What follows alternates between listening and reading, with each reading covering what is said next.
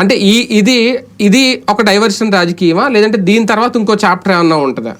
బేసిక్గా పబ్లిక్ అంశాల మీద చర్చ జరిగినప్పుడు సంక్షేమం గురించినో అభివృద్ధి గురించినో రాష్ట్రం గురించినో వస్తుంది. కానీ దాని వల్ల ఏమవుతున్నది అంటే ఆశించిన ప్రయోజనం నెరవేరట్లేదు. ఇప్పుడు జగన్ ఉన్నప్పుడు అదే జరిగింది. సంక్షేమం మీద ప్రచారం తీసుకుని వచ్చాడు అతను.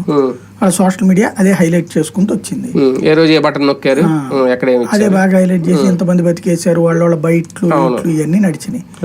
ఎప్పుడైతే జగన్ దిగిపోయిన తర్వాత మరి అట్లా దిగిపోయాడు అన్ని చేసినా కూడా. కానీ ప్లాట్ఫామ్స్ ఎవరికాళ్ళు ఉండాలనే కోరుకుంటారు.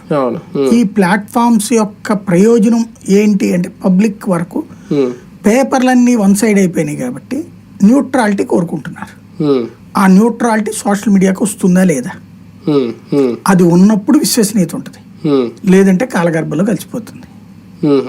అంటే వైసీపీ పీక నొక్కడానికో వైసీపీని అధపాతాలను తొక్కడానికో సోషల్ మీడియా స్మాష్ చేసినంత మాత్రం జరిగిపోద్ది. చెయ్యాలనే కదా ప్రయత్నం.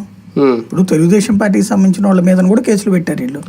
అంటే ఈ స్థాయిలో లేవు కదా. అదే అసలు అంటూ ఎందుకు పెట్టారు? స్టార్టింగ్ బెదరేయడానికే కదా.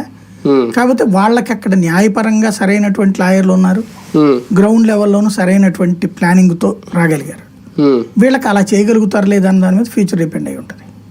జగన్ ఇచ్చే భరోసా ఎంతవరకు ఉపయోగపడుతుంది అనుకోవచ్చు సోషల్ మీడియా నాయకులకు కానీ వీళ్ళందరికీ? చూడాలి. ఇంతవరకు అయితే తగ్గట్టుగా లీగల్ సపోర్ట్ చేస్తున్నారు.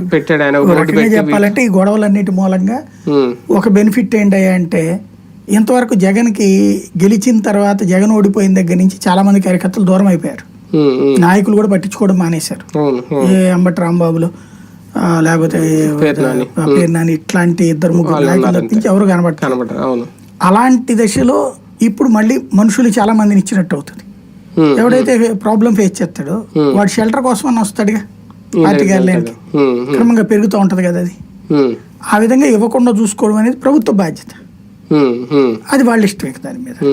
దీనివల్ల కానీ లేదంటే అసెంబ్లీ ఎఫెక్ట్ వల్ల కానీ వైసీపీలో ఉన్న ఎమ్మెల్యేలు చేజారబోతున్నారు. ఎందుకంటే 2 రోజుల నుంచి వస్తుంటే ఎవరో 3 పేర్లు ఇంకా అఫీషియల్గా పెట్టలేదు అనుకోండి, త్వరలో రాబోతున్నారు.